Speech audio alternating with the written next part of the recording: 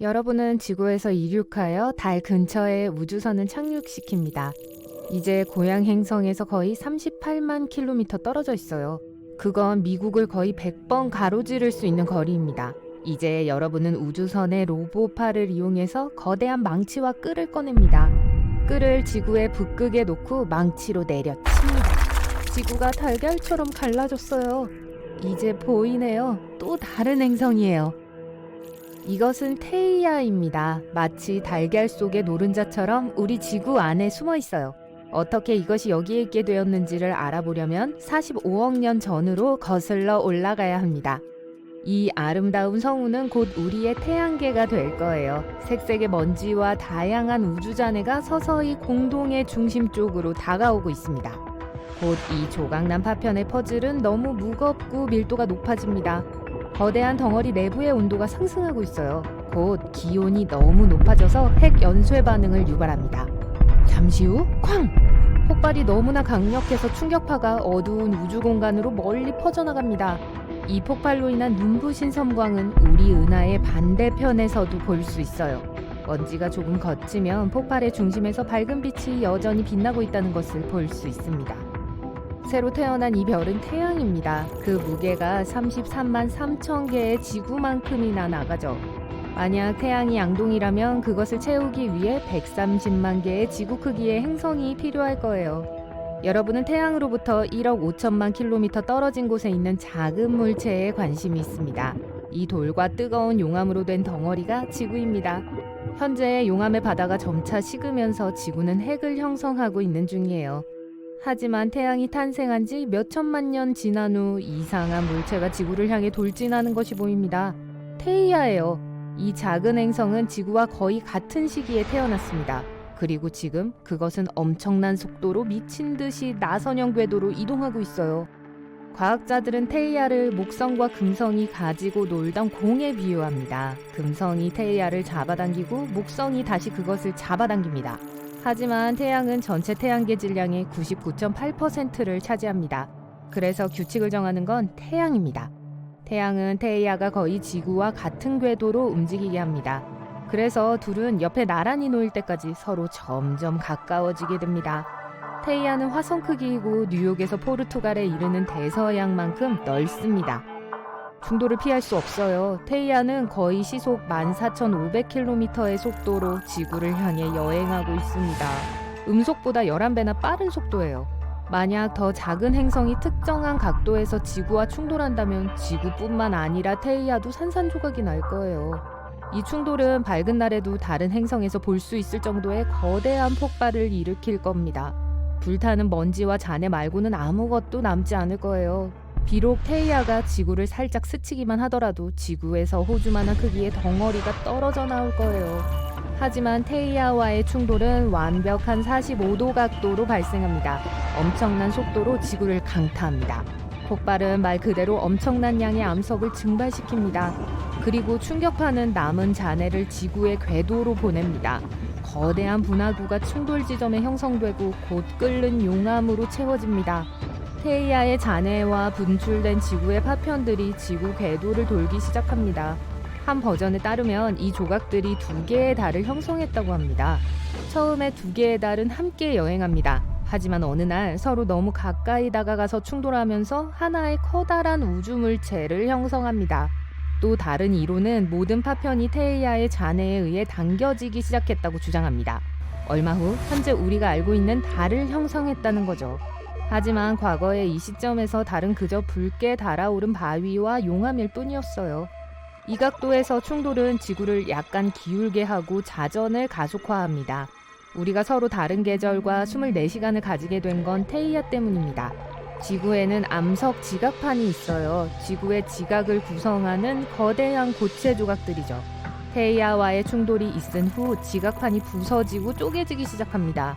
그로 인해 탄소가 지구 전역으로 이동하게 되는데 탄소는 지구상의 모든 알려진 생명체의 주요 구성 요소입니다. 즉, 지구가 일종의 신진대사를 하게 됩니다. 수억 년 후에 최초의 생명체가 우리 행성에 나타나기 시작합니다. 거의 40억 년이 넘는 시간에 걸쳐 간단한 단세포 유기체가 오늘날 우리가 알고 있는 생명체로 진화해 왔습니다. 과학자들에 따르면 그러한 충돌은 매우 드문 사건이라고 합니다. 우주 어딘가에서 지구처럼 그런 재앙에서 살아남은 행성이 있을 확률은 극히 낮습니다. 그래서 우리가 우주에서 다른 문명의 흔적을 아직 찾지 못한 것일 수도 있어요. 한편 테이아의 흔적은 여전히 지구에 남아 있습니다. 물론 행성 전체가 지구 안에 gat혀 있는 것처럼 보이지는 않습니다. 대부분의 조각은 녹아서 지구의 지각 속으로 섞여 들어갔습니다.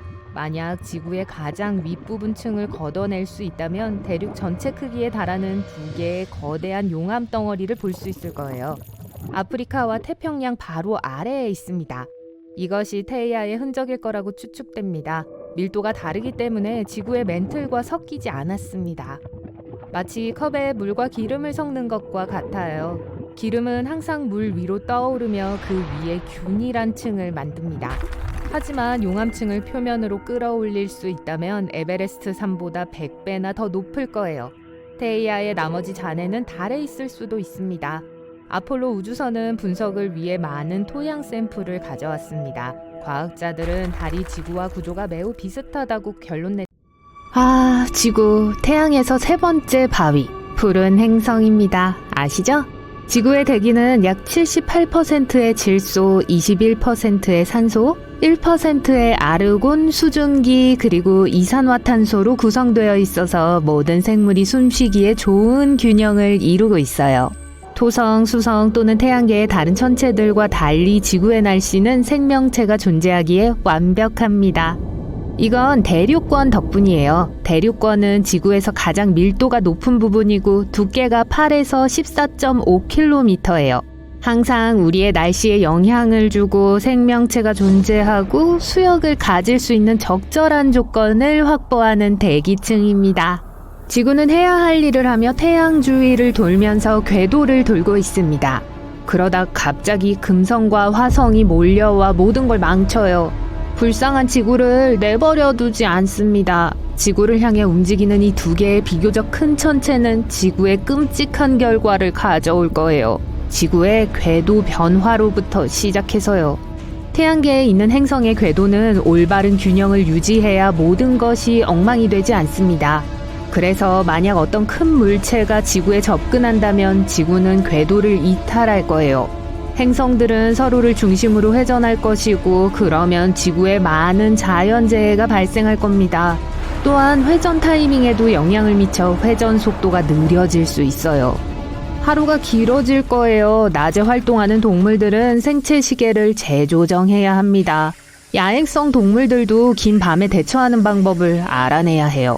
인간은 하루 24시간이라는 시간에 매우 잘 적응해 왔습니다. 시간 자체는 인간이 만든 측정 단위에 불과해요.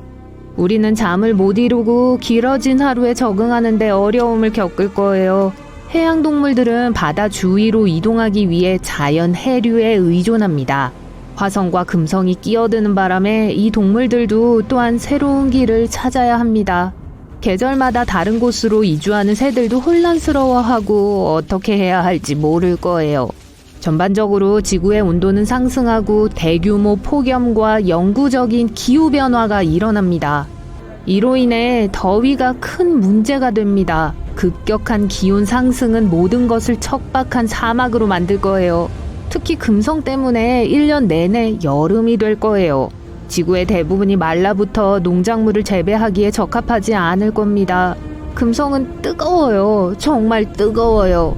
비록 태양에서 가장 가까운 행성은 아니지만 가장 뜨겁습니다. 금성의 온도는 480도에 가깝고 우리를 얼음 조각처럼 녹여버릴 거예요. 금성의 땅은 대체로 평평한데 아마도 기온 때문일 거예요. 금성은 대기가 두껍고 내부에 유해가스를 가두기 때문입니다. 만약 금성이 우리 쪽으로 조금씩 다가온다면 금성의 가스가 우리 대기로 유입되어 손상이 발생할 거예요.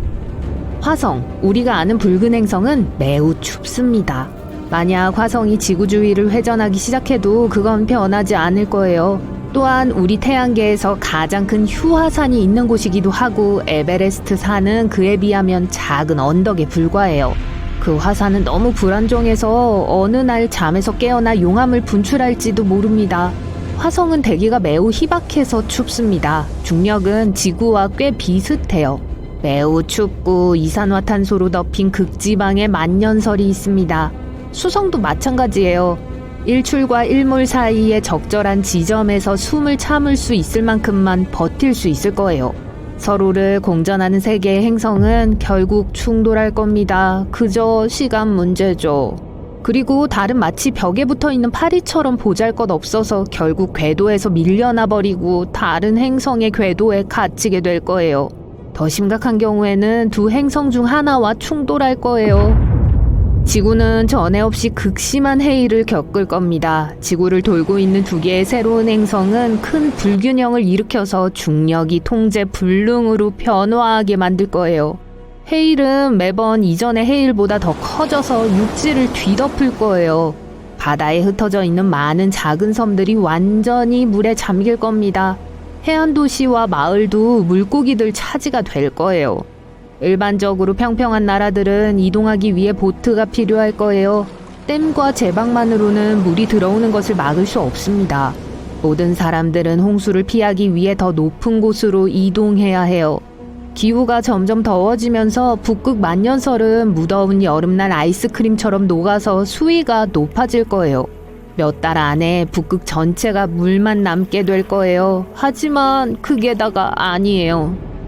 지각은 지구 표면의 불안정성과 변동하는 중력으로 인해 마모될 겁니다. 지구의 지각은 주로 산소로 이루어져 있는데 우리가 기본적으로 공기 위를 걷고 있다는 걸 의미하죠. 우리는 전보다 더 많은 지진을 경험할 수 있고 휴화산은 깊은 잠에서 깨어날 거예요. 하늘은 재로 뒤덮여 비행이 불가능해요. 바다나 비행기로 더 이상 여행할 수 없어요. 수출이 얼어붙은 평원, 먼 태양에 반짝이는 하얀 봉우리를 가진 산들, 그리고 투박한 붉은색의 눈. 명왕성에 오신 걸 환영합니다. 아무것도 말이 안 되는 곳이죠. 멀리서 보면 이 얼음덩어리 행성은 대부분 겨울 느낌의 흰색과 밝은 파란색으로 예측이 돼요. 일단 표면에 착륙하면 낯익은 푸른 하늘도 알아챌 거예요. 근데 적도를 따라 흐르는 고래 모양의 붉은 얼룩이 보이나요? 흰색 하트 모양의 부분 바로 왼쪽에 말이에요. 앞에 고래다! 이 점은 알래스카보다 크고 과학자들에게는 미스터리예요. 저건 진흙점토나 지구에서 볼 수 있는 그런 게 전혀 아니에요. 저건 바로 명왕성 버전의 얼음이에요. 과학자들은 대기에 톨린이라고 불리는 이 이상한 그을음 같은 화학물질이 표면에 떨어져서 붉다고 믿고 있어요. 명왕성의 위성인 카론에 있는 빨간 뚜껑도 설명해 줄 수 있는 같은 성분이죠. 이제 고래를 가까이 확대해 볼까요? 오, 봐요. 산맥이 있어요. 네, 명왕성의 붉은 얼음은 바위 같고 산 전체를 형성할 만큼 단단하죠. 검붉은색에 튀어나와 있는 저 하얀 봉우리들은 지구에 있는 눈 덮인 꼭대기 같은 게 아니에요. 저건 언메탄이에요. 이렇게 작은 행성치고 명왕성의 산들은 역대급이에요. 에베레스트보다 더 크고 완전 얼음으로 이루어져 있어요. 이런 기이한 풍경은 태양계 어디에서도 찾아볼 수 없어요. 네, 명왕성은 꽤 가혹하게 추운 곳이에요. 기온이 섭씨 마이너스 240도까지 내려갈 수 있어요. 지구에서 기록된 가장 추운 곳은 남극 대륙이었는데 겨우 섭씨 마이너스 93도였죠. 이제 명왕성의 심장부로 돌아가 봅시다. 저건 사실 질소 얼음으로 뒤덮인 광활한 평야예요. 과학자들은 명왕성의 심장부가 행성에 바람을 불게 만든다는 걸 발견했어요. 분화구 또한 큰데 그중 일부는 채워지고 침식이 일어나고 있는 걸 나타내고 있어요. 그건 바로 여기 지구에서 일어나고 있는 일이죠. 땅이 바람, 물, 얼음과 같은 자연의 힘에 의해 닳아서 형성이 되는 걸 침식이라고 해요. 이런 게 다 왜 명왕성에서는 특별한 거죠? 이게 지각판 활동의 증거가 될 수 있어요. 커다란 대륙판들이 액체 바위 위를 서핑하고 산맥을 형성하고 대륙을 조각내고 다시 합치게 하는 거 말이에요. 이건 지금까지 과학자들이 태양계의 다른 행성에서 보지 못한 지구에서만 본 거예요. 이제 명왕성이 우리 행성에 더 가까울 수도 있을 것 같아요. 그거랑 명왕성에 물도 있어요. 사실 표면의 3분의 1이 말이에요. 하지만 물론 지구의 물과 같진 않아요. 바위투성이 슬러시에 가깝죠? 냠! 거기엔 아직 생명의 흔적은 없어요. 적어도 지금은 아니에요. 명왕성에 대해 우리가 알고 있는 작은 정보를 얻는데 아주 오랜 시간이 걸렸어요. 이 행성은 거의 100년 전에 처음 발견되었었고 태양의 9번째 행성으로 여겨졌었죠. 공식 행성 회원 카드가 취소되기 2006년까진 말이죠. 불쌍한 명왕성. 이 행성은 태양계 밖의 다른 외소 행성과 태양 주위를 도는 얼음 덩어리들로 가득 찬 카이퍼대에서 가장 큰 외소 행성이란 별명이 붙여졌죠. 그 몇 달 전에 과학자들은 뉴 호라이즌스 임무를 시작했어요. 이것은 2006년 명왕성에 처음으로 보내진 우주 탐사선이에요. 시속 56,000km를 질주하면서도 이건 음속의 45배예요. 탐사선이 목적지까지 도달하기까지 거의 10년이 걸렸어요. 이 작은 행성은 그만큼 멀리 떨어져 있어요. 사실 명왕성의 거리는 지구에서 태양까지의 거리의 거의 40배예요. 만약 그곳에서 하늘을 쳐다본다면 태양은 하늘의 여느 다른 별들처럼 그저 작은 점으로 보게 될 거예요. 마침내 뉴 호라이즌스가 2015년 명왕성에 도착했고 표면에 놀라운 사진들을 찍을 수 있을 정도로 가까이 갔죠. 또한 그 이상한 빨간 점들과 심장 모양의 지역들 같은 중요한 데이터와 관찰 결과를 수집했죠. 하지만 명왕성은 더 이상해 보였는데 특히 궤도가 그래요.